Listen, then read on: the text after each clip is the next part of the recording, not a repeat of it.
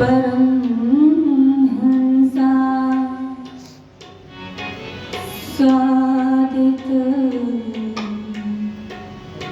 चरण कमल जिन मकरंदा भक्तजन मानस निवासा श्री रामचंद्र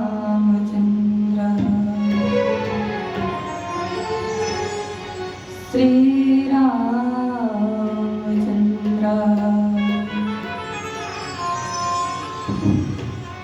नारायणं नमस्कृत्य नरं चैव नरोत्तमं देवीं सरस्वतीं व्यासं ततो जयेमुदीरये।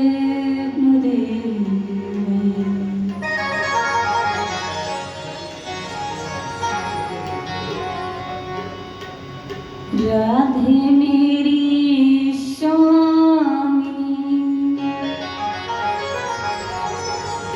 मैं राधे जी को दास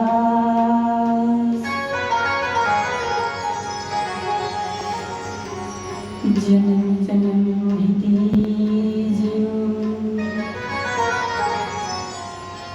श्री वृंदावन सुवास।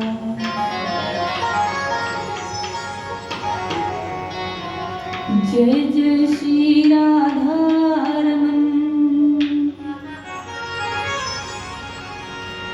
जय जय नवल किशोर जय गोपी चित चोर प्रभु जय जय माखन चोर जय जय माखन चोर।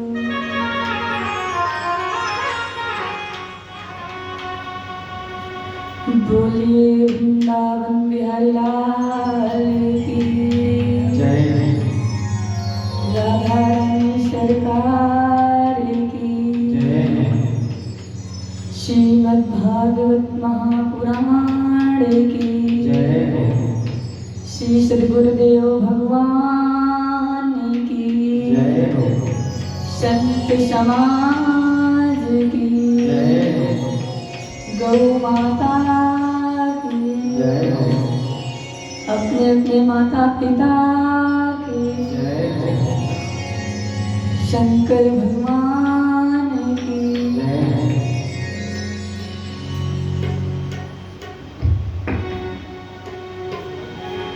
आइए कुछ मन और वाणी पवित्र करने के लिए भजन संकीर्तन में कहे गोपाल राधा कृष्ण गोविंद गोविंद गोपाल राधा कृष्ण गोपाल राधा कृष्ण गोविंद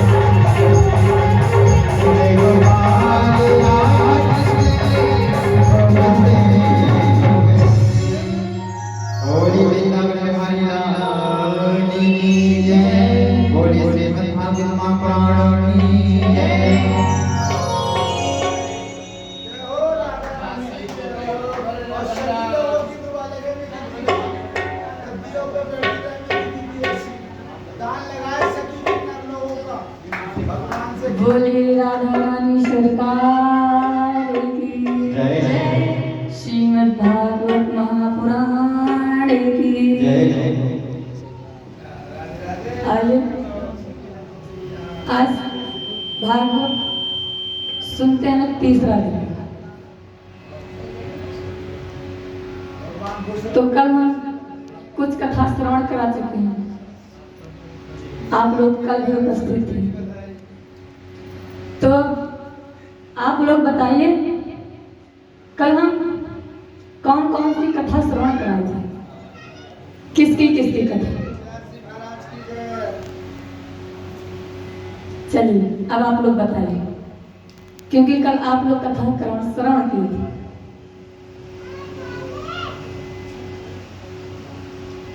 इसके मतलब आप लोग कथा श्रवण ही नहीं कर रहे हैं, सिर्फ इस पंडाल में बैठे हैं, बस भजनों का आनंद ले रहे हैं। कम से कम किसी एक का तो नाम बता दो। महाभारत का युद्ध 24 अवतारों का वर्णन हुआ था और कथा का वर्णन हुआ था।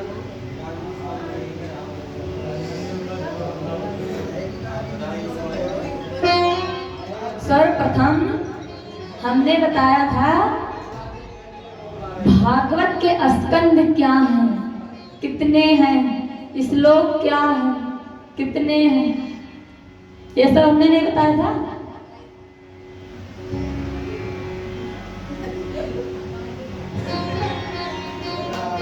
तो आप लोग कथा श्रवण नहीं कर रहे हैं, इसीलिए मैंने पहले दिन महात्म्य ही गोकर्ण और धुंधकारी की कथा सुनाई थी। अभी याद होगा आप लोगों को। धुंधकारी दुखी रहता है, देखो कितने ध्यान से कथा सुनता है। और आप लोगों को एक भी कहानी नहीं पता कि कल हम क्या बताए। इतना खाए ऐसा सो गए कि पता ही नहीं कल हम क्या सुने। आज से आप लोग याद रखें, क्योंकि हम रोज ये प्रश्न पूछेंगे कि कल हमने क्या बताया और क्या सुना। पहले दिन तो आप लोगों ने सुना, लेकिन कल की कथा नहीं सुनी।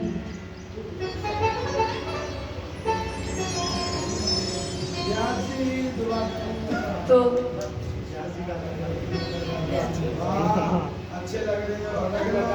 कल हम कथा का विश्राम कहाँ पे किए थे?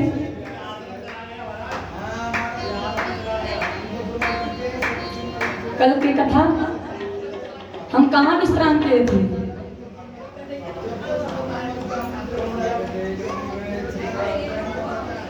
पांडवों को विजय दिलाए थे, सत्य की जीत हुई थी और अधर्म हारा,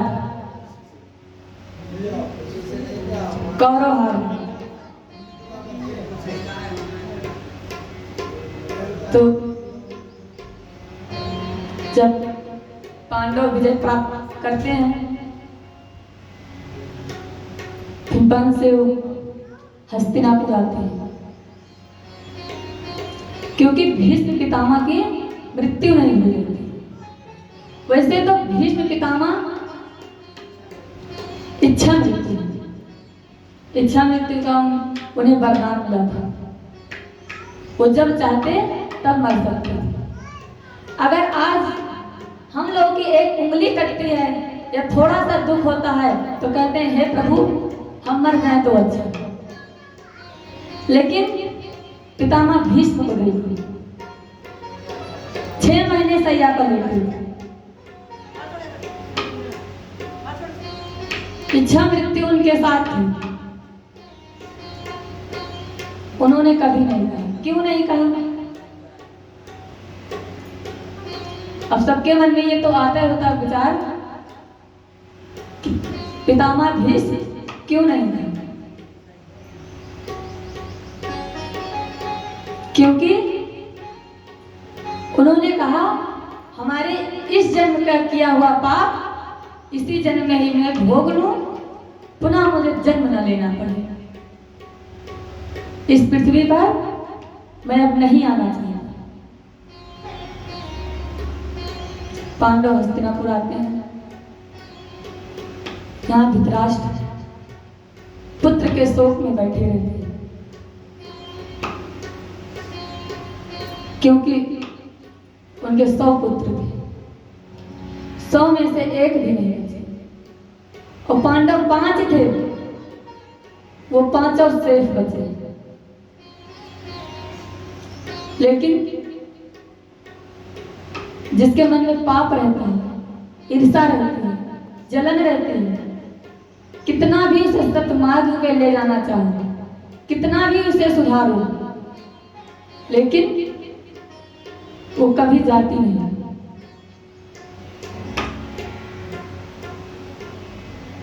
तो ऐसे धृतराष्ट्र आंख से ही अंधे नहीं थे कि बाहर से ही नहीं देख रहे थे, अंदर से भी वो अंधे थे।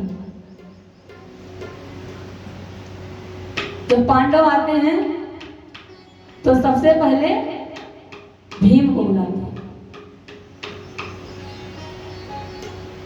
भीम को इसलिए बुलाते हैं कि वो दुशासन को मारे, और वो सोचते हैं कि मैं भीम को मार डालूं। और जैसे ही भीम आते हैं धृतराष्ट्र के पास, धृतराष्ट्र को दंडवत प्रणाम करते हैं, क्योंकि इनके पास संस्कार था।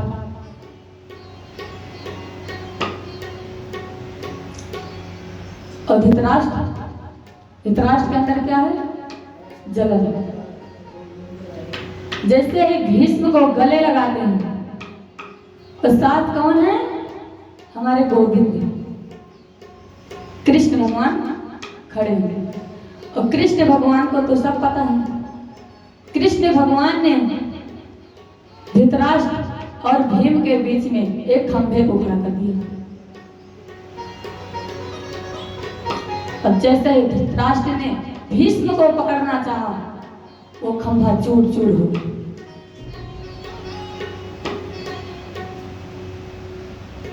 पांडव ने कहा,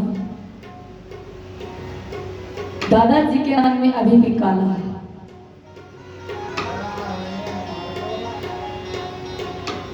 भीम क्रोधित होते हैं, लेकिन धर्म के मूर्ति धर्मराज युधिष्ठिर रहते हैं, और वो कहते हैं कोई बात नहीं। इस समय दादाजी शोक में। फिर भगवान श्री कृष्ण धर्मराज युधिष्ठिर को राज्याभिषेक करते हैं, कुछ दिन रहते हैं। भगवान द्वारिका जाने के लिए कहते हैं, तो उधर से माता कुंती आ जाती है। और कुंती कौन रहती है? भगवान श्री कृष्ण की बुआ। तो कहती हैं, हे प्रभु, आप मुझे छोड़ के मत जाओ, तो अगर जाओ भी तो मुझे एक वचन दे के जाओ कि हमारे जीवन में दुख ही दुख हो। अब महाराज पहले आप लोग बताइए, हम लोगों में कोई ऐसा व्यक्ति होगा कि मंदिर जाए और बिहारी जी से कहे, हे बिहारी जी, मुझे कष्ट ही कष्ट दो। हम तो किस लिए आते हैं? जब कष्ट में रहते हैं कि बिहारी जी हमारा कष्ट दूर करो। लेकिन यहाँ कुंती हुआ क्या है कि मुझे पूरा जीवन कष्ट ही कष्ट दे। किस लिए कहती हैं? क्योंकि जब मुझे कष्ट रहता है, जब मेरे ऊपर विपत्ति आती है, तभी हम ईश्वर को याद करते हैं। तो भगवान श्री कृष्ण कहते हैं कि बुआ जी आप क्यों हाथ जोड़ रहे हैं, आप तो हमारी बुआ हैं। कुंती कहती हैं इस माया के जाल में आप संसार को फंसाइए लेकिन हमें नहीं फंसा सकते। आज आप चुप रहिए, आज से हम बोलेंगे। तो भगवान श्री कृष्ण कहते हैं आज तक आपको इतना कष्ट मिला, ये कम है। तो देखिए माता कुंती कितना सुंदर जवाब देती हैं। कहती हैं इसीलिए तो हम कह रहे हैं आज तक मेरे पास कष्ट था तो आज तक आप मेरे पास थे, और आज मेरे पास सुख आया तो आप मुझसे दूर जा रहे हैं। इसीलिए मुझे पूरे जीवन में कष्ट ही कष्ट चाहिए। मुझे इस संसार में सुखों का भोग नहीं करना। उधर से इधर भगवान श्री कृष्ण रथ पे सवार होकर द्वारका के लिए तैयार होते हैं। सारी बारात भी तैयार हो जाती है उनकी। उधर से उत्तरा दौड़ती दौड़ती भागती भागती आती है और कहती हैं हे केशव, हे माधव, मेरी रक्षा करो, मेरी रक्षा करो। मेरे शरीर में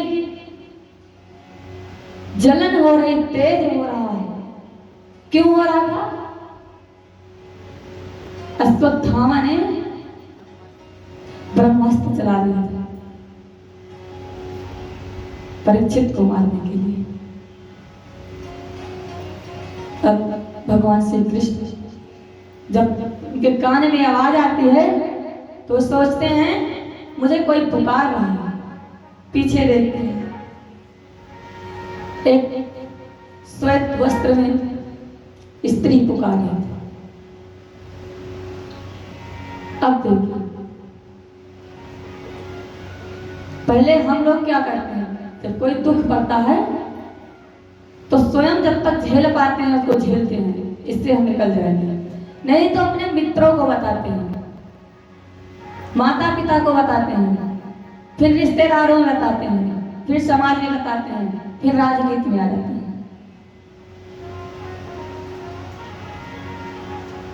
जब द्रौपदी के ऊपर विपत्ति आई थी, चीरहरण हुआ था, तो उन्होंने पहले अपने 5 पतियों को पुकारा।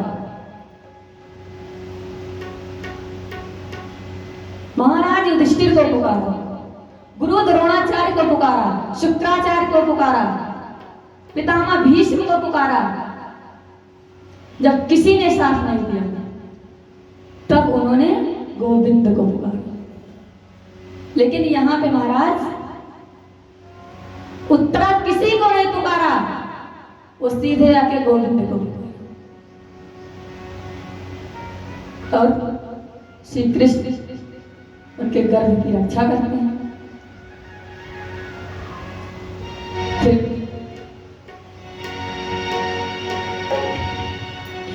हो कहाँ जा छुपे हो मेरी प्यारी कन्हैया, कहाँ जा छुपे हो मेरी प्यारी कन्हैया, यहाँ मेरे राज लुटी जा रही है। कहाँ जा छुपे हो प्यारे कन्हैया, यहाँ राज मेरी लुटी जा रही है।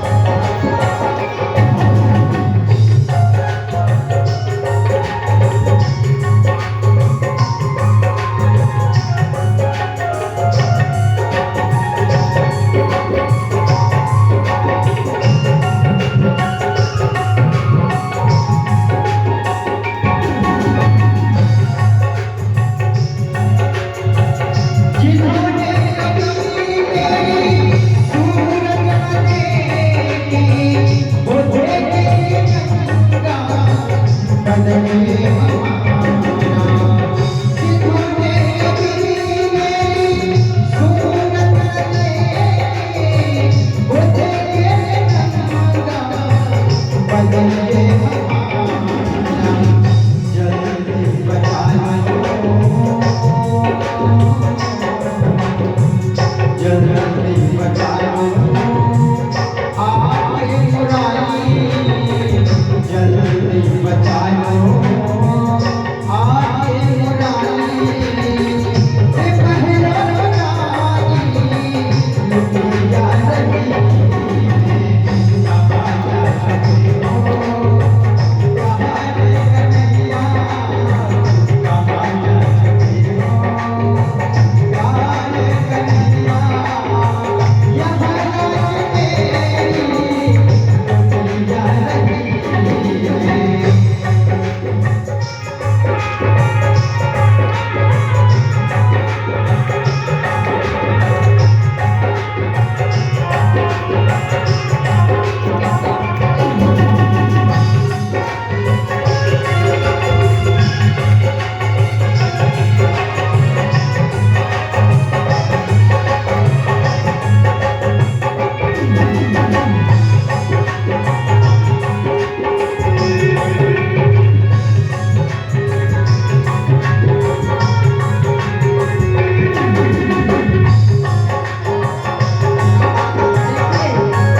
गोविंद को पुकारो तो दौड़ते आते हैं। पहले पुकार के तो देखो, उत्तरा ने पुकारा तो दौड़ते आए, द्रौपदी ने पुकारा तो दौड़ते आए। अब हम लोग पुकारेंगे, देखो इस पक्षी को देखो, ये भटक का आनंद लेते आगे, तो कम से कम आप लोग तो ताली बजाइए और आनंद लीजिए।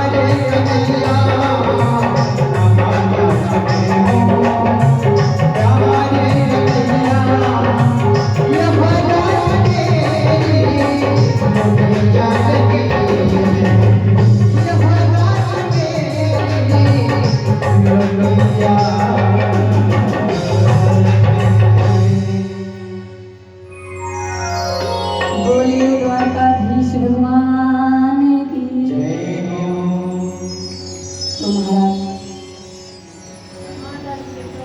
भगवान द्वारका के लिए तैयार हो गए। फिर कुंती और उत्तरा के कहने से कुछ दिनों के लिए हस्तिनापुर में रुके। उसके बाद हस्तिनापुर से द्वारिका को जाते हैं। अब महाराज अर्जुन तो कृष्ण को छोड़ते ही नहीं, अर्जुन भी जाते हैं। यहाँ पे विदुर चाचा आते हैं धृतराष्ट्र को समझाने के लिए कि अब तक वही पांडव तुम्हारे दुश्मन थे, तुम्हारे पुत्रों की हत्या की। अब तुम उन्हीं के रोटियों पे मर रहे हो। धिक्कार है। तुम्हें तो वन में जाकर तप करना चाहिए, तपस्या करना चाहिए। कम से कम इतना पाप किए हो, उस पाप को तो अपने पाप को पुण्य में बदलो। अब धृतराष्ट्र को ये बातें लग जाती हैं। कभी कभी ऐसा होता है महाराज कि हम गलत काम करते हैं तो कोई अगर मुझे बोल देता है तो पाप पुण्य में बदल जाता है। हमारा दिमाग बदल जाता है। तो आज धृतराष्ट्र के साथ वही होता है। धृतराष्ट्र मध्य रात्रि में गांधारी के साथ वन चले गए। सुबह पांडव को ये पता चलता है तो पांडव बहुत परेशान होते हैं, दुखी होते हैं। उधर से 7 महीने हो गए थे, अर्जुन द्वारिका से नहीं आए थे। युधिष्ठिर ने कहा अर्जुन अभी नहीं आए। अर्जुन की यहाँ चर्चाएं हो रही थी, उधर से अर्जुन आ गए। वो अर्जुन ऐसे निस्सहाय अवस्था में थे, युधिष्ठिर को देखा नहीं। युधिष्ठिर कह रहे हैं कि भाई क्या हुआ, क्योंकि एक महापुरुष को उसको सबसे ज्यादा प्यारा क्या होता है, उसको सबसे ज्यादा प्यारा होता है उसका सम्मान। धन दौलत बंगला कोठी गाड़ी से कोई मतलब नहीं।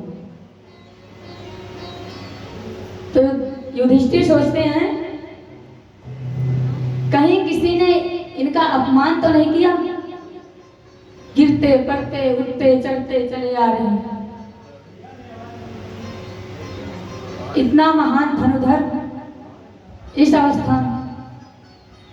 तब फिर अर्जुन क्या कहते हैं? अर्जुन कहते हैं भैया मैं अनाथ हो गया। अनाथ क्यों हो गया?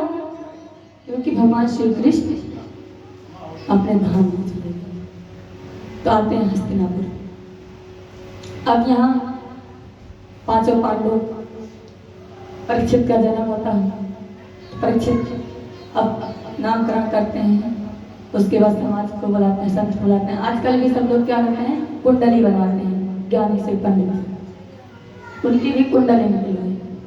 तो उसमें महात्मा जी ने कहा इनका तो तक्षक नामक सर्प काटने से मृत्यु हुई। अब युधिष्ठिर को कष्ट हुआ, क्योंकि ये सर्प काटने से मृत्यु होगी। सर्प के काटने से इंसान नरक नहीं जाता, नरक का काम नहीं होता। युधिष्ठिर परेशान होते हैं। युधिष्ठिर पूछते हैं इसका कोई उपाय नहीं है? तो कहते हैं इसका उपाय है, और ये बहुत धार्मिक रहेगा, आप लोगों से भी आगे रहेगा। इस बात को सुनकर युधिष्ठिर को खुशी होती है। दुर्योधन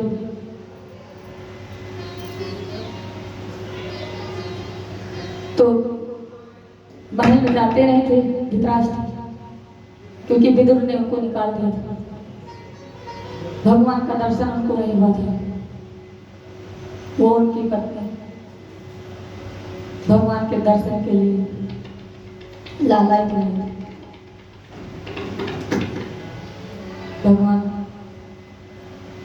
भगवान श्री कृष्ण को जो पुकारा है वो उसी के पास है।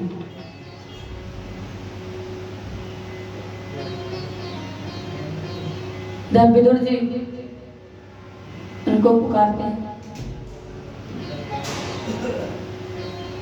और वो उनके घर में आते हैं। आइए हम लोग भी पुकारते हैं भगवान श्री कृष्ण भजनों के माध्यम से। आज हरि आए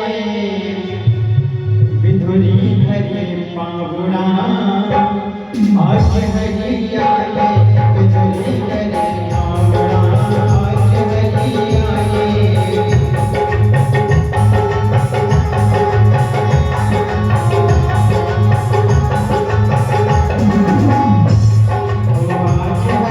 आए।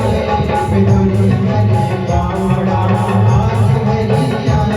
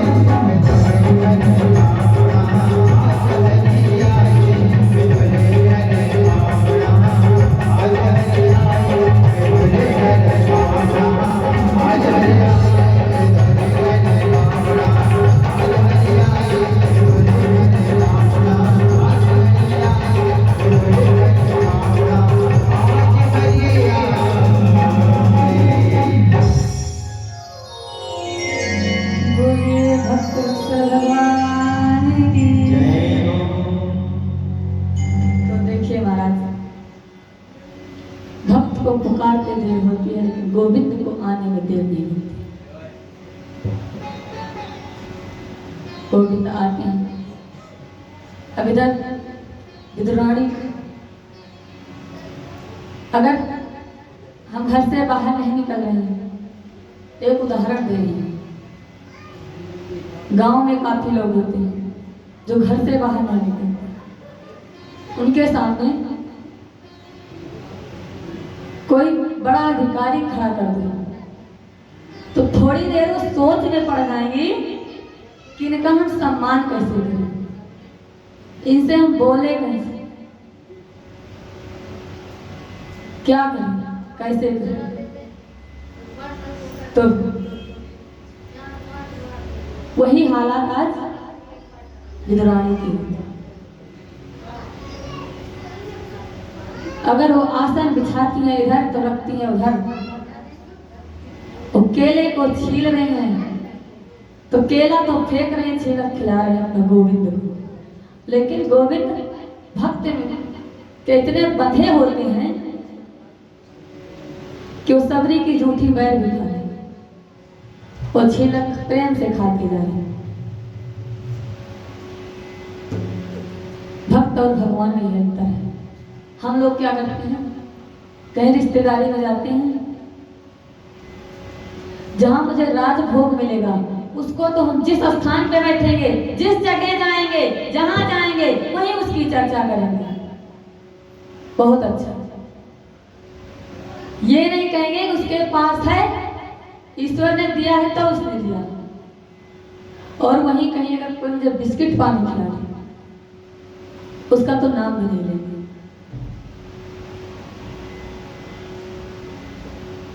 ये अक्सर सबके जीवन में होता है, लेकिन ये नहीं होना चाहिए, क्योंकि ये उसको नहीं कष्ट होता, ये मेरे गोविंद को कष्ट होता है, क्योंकि वही सबको देते हैं और वही सबसे लेते हैं। जब चाहे तब दे सकते हैं और जब चाहे तब ले सकते हैं।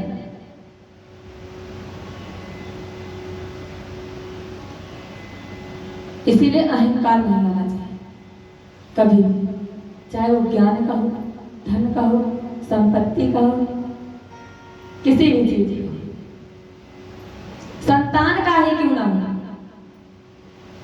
कभी कभी संतान का भी अहंकार आ जाता है,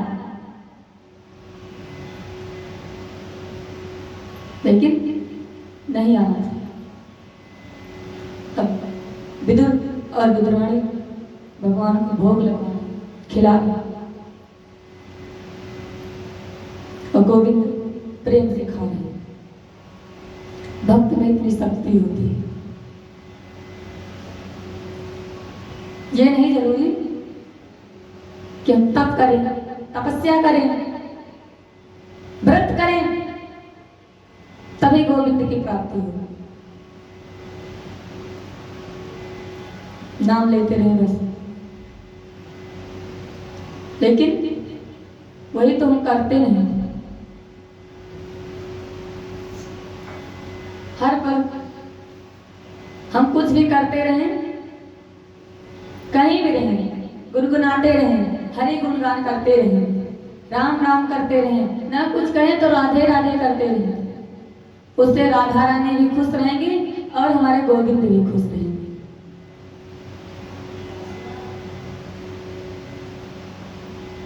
तो आइए हम भी भजनों के माध्यम से गोविंद का गुणगान करते हैं। काम करते चलो, नाम रटते चलो, हरि गोविंद गाते चलो। काम करते चलो, नाम जपते चलो, ओ कृष्ण गोविंद गोपाल गाते चलो। नाम करते चलो, नाम जपते चलो, कृष्ण गोविंद गोपाल गाते चलो।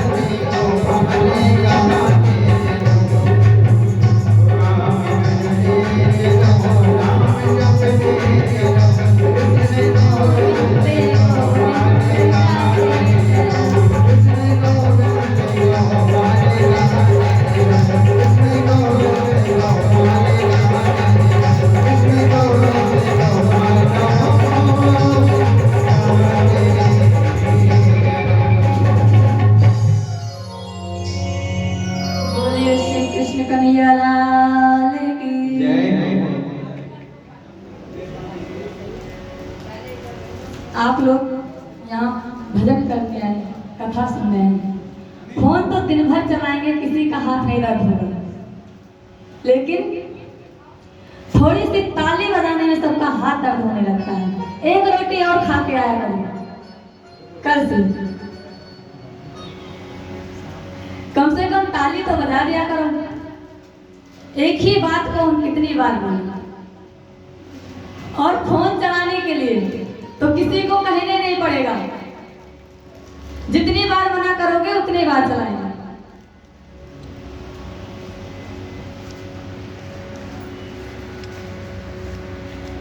और आए हैं यहाँ कथा सुनने के लिए, भजन करने के लिए, कीर्तन करने के लिए। भजन और कीर्तन ऐसे नहीं होते, उसमें ताली जरूर बजाना चाहिए, तभी तो भजन का आनंद आता है। और जब तक आनंद नहीं आता तब तक भक्ति नहीं आती। वैसे तो अब हमें नहीं कहना पड़ेगा, क्योंकि आप लोग इतने समझदार हैं, समझ गए होंगे। तो आप लोग भी ऐसे काम करते रहें और कृष्ण और गोविंद गाते रहें। कभी न कभी तो उनकी याद आए ही करें, याद कर लेंगे कि हाँ मेरा भी कोई भक्त है। अब पांडव भी वन को चले जाते हैं, वहीं से फिर अब धीरे धीरे करके सब लोग चले जाते हैं, क्योंकि जब गोविंद नहीं रहेंगे तो भक्त नहीं रहेंगे। हम जैसे राक्षस से कुछ नहीं कर रहे हैं।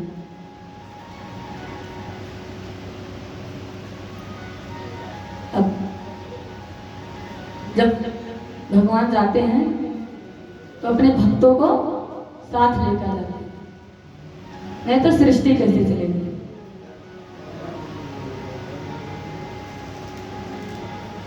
जब बहुत ज्यादा पाप हो जाता है तो एक बार उस सृष्टि को नष्ट करते आते हैं, खत्म करने के लिए आते हैं, लेकिन इसको ऐसे थोड़ी ना छोड़ देंगे, पुनः फिर इसको उबारने के लिए आते हैं, सृष्टि की रचना करने आते हैं। तो जब महाप्रलय आ जाते हैं, भगवान अपने भक्तों को तो शरण दे देते हैं, और नहीं तो उसी प्रलय में फिर सब चले जाते हैं। अब सृष्टि का विस्तार करें।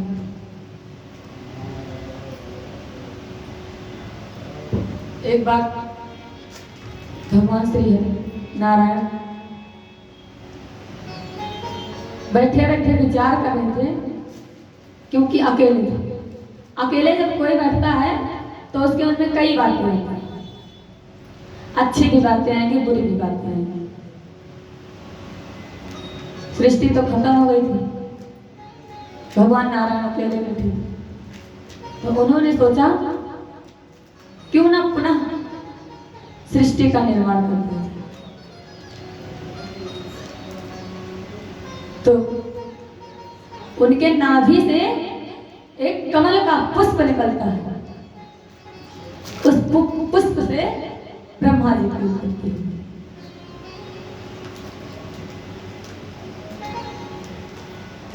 अब ब्रह्मा जी आते हैं,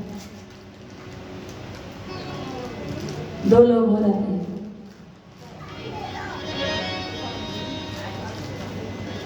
तो ब्रह्मा जी सोचते हैं जब दो लोग हो जाएंगे थोड़ा और दिमाग बढ़ जाएगा, अभी तक अकेले चल रहा था।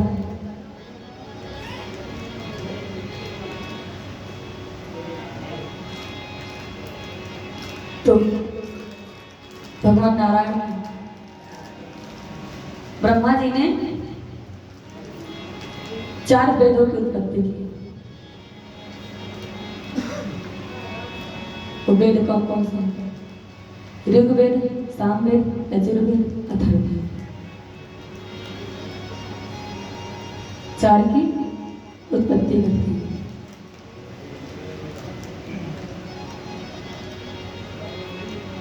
उसके बाद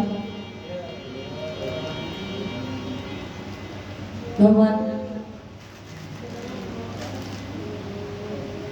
श्री हरि के कंठ से भगवान भोलेनाथ उत्पत्ति। फिर एक बार ब्रह्मा जी बैठे सोचते हैं,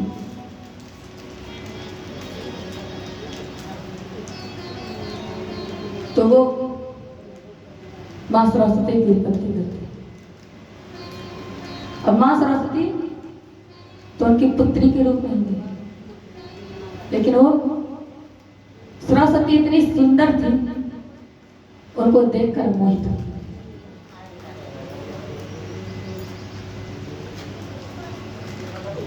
और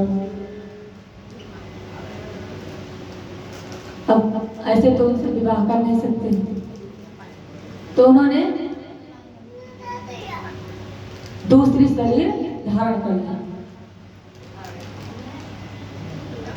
और मां सरस्वती से विवाह किया।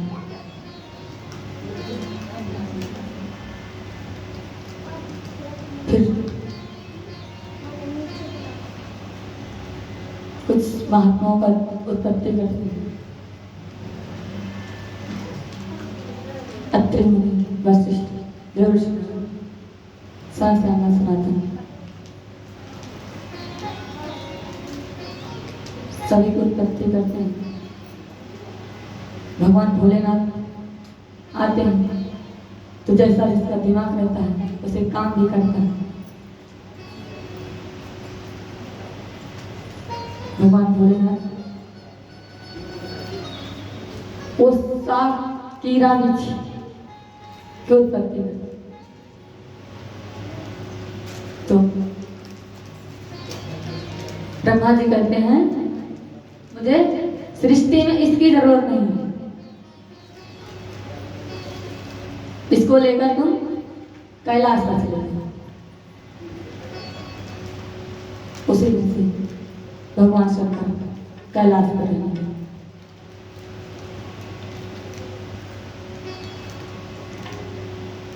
अब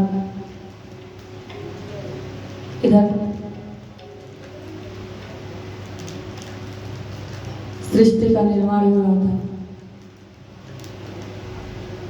अब निर्माण तो कर देंगे, लेकिन यहाँ तो प्रलय आई है, रखेंगे कहाँ? तो ब्रह्मा जी कहते हैं, अब इनको हम पृथ्वी पर कहाँ भेजें? महात्मा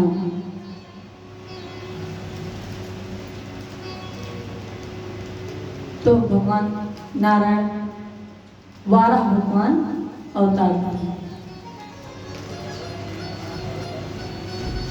बोले वाराह भगवान की जय। अब पृथ्वी तो समुद्र के बीच में है, तो भगवान जाते हैं।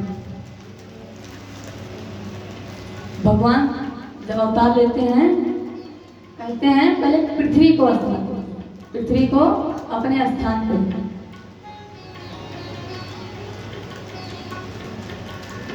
फिर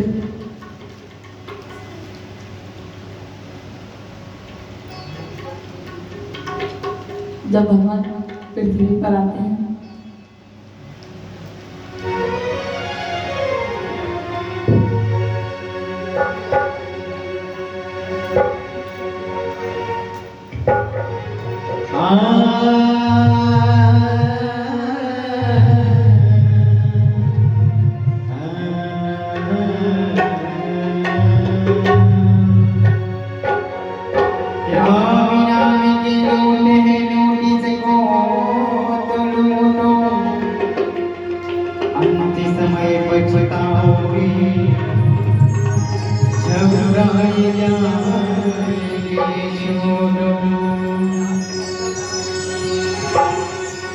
हो लगन तुमसे लगावे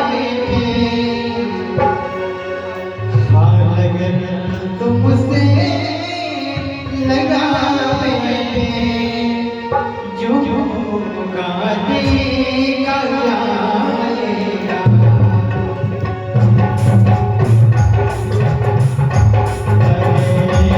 तुमसे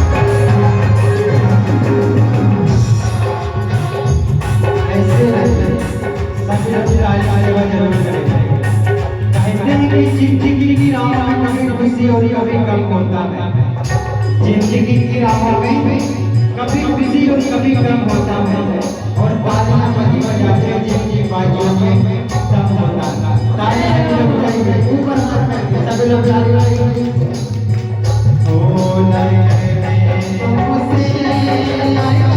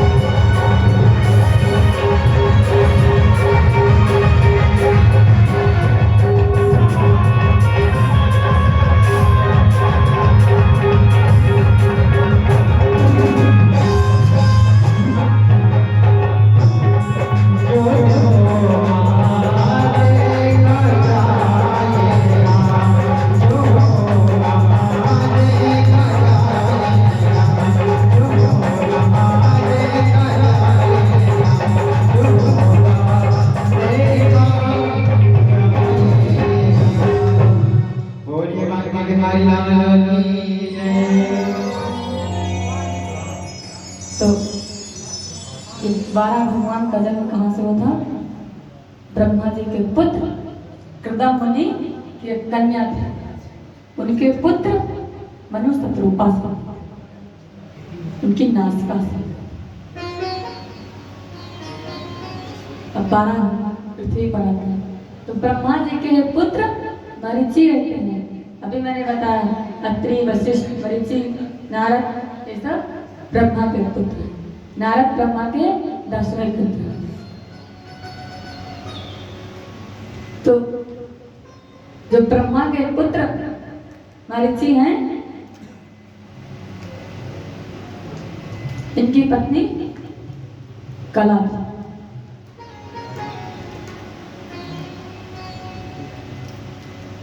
वो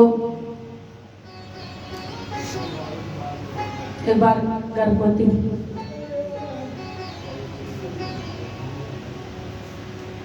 तो उनके गर्भ में कौन था?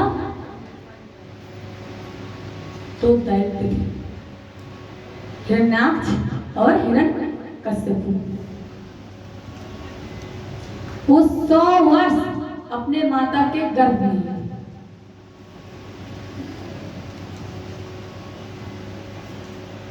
और हिरण्याक्ष और हिरण्यकश्यप थे कौन? ये भगवान विष्णु के 2 पार्षद थे, जय और विजय। तो एक बार ब्रह्मा जी के पुत्र सनक, सनंदन, सनातन, सनत कुमार चारों भगवान नारायण दर्शन करने के लिए गए थे। भगवान नारायण शयन कर रहे थे, उनके पार्षद ने उनको दर्शन नहीं करने दिया, तो महर्षियों ने उनको श्राप दे दिया कि जाओ तुम 3 जन राक्षसी बनो। तो वही जय और विजय है, हिरण और हिरण्यकश्यप।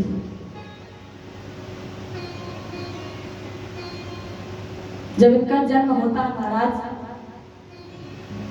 इतना तेज होता है कि उस तेज को देवता भी नहीं सह पाते, और देवता भागते दौड़ते ब्रह्मा जी के पास जाते हैं।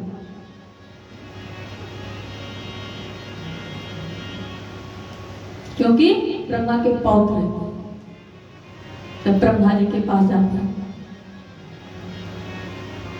तो ब्रह्मा जी से कहते हैं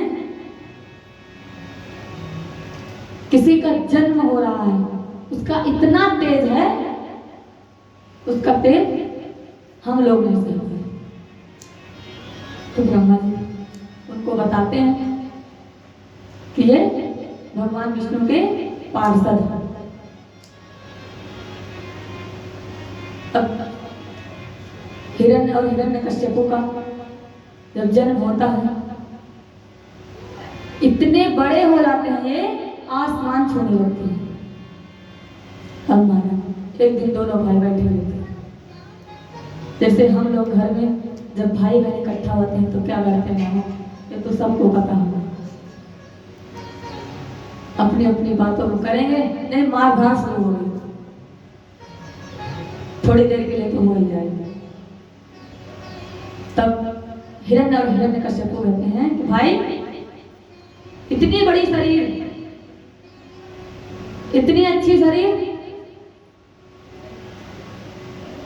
अब कहीं लड़ने भिड़ने का मन है, अब हो जाए।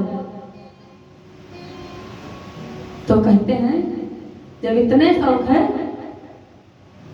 तो निकल जाओ, मार्ग में कोई ना कोई तो मिल ही जाएगा युद्ध करने के लिए। अब हिरण्याक्ष तो जोश में रहते, गदा उठाते हैं और निकलते, पहुंचते हैं समुद्र में, एक गदेरा लेते हैं समुद्र का पानी फट जाता है। समुद्र देवता हाथ जोड़कर खड़े हो जाते हैं, हमें युद्ध करने की शक्ति नहीं है। वरुण गरुड़ के पास जाते हैं, वो कहते हैं हम इतना वृद्ध हो गए, मैं नहीं लड़ सकता।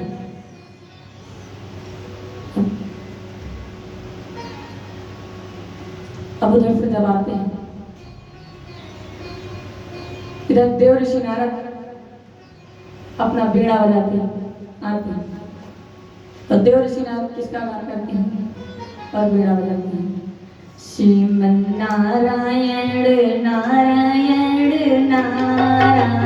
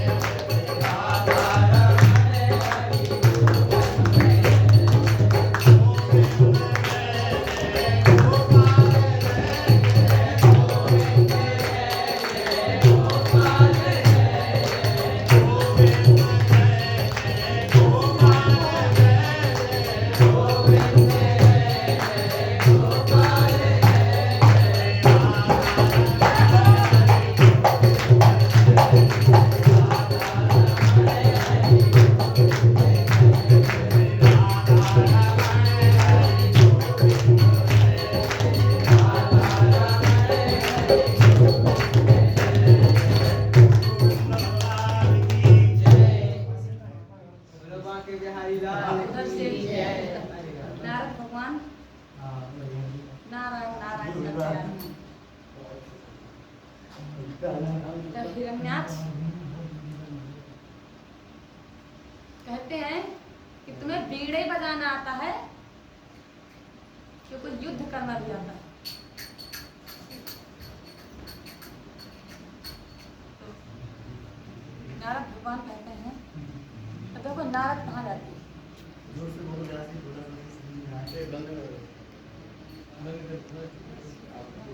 नारद भगवान कहते हैं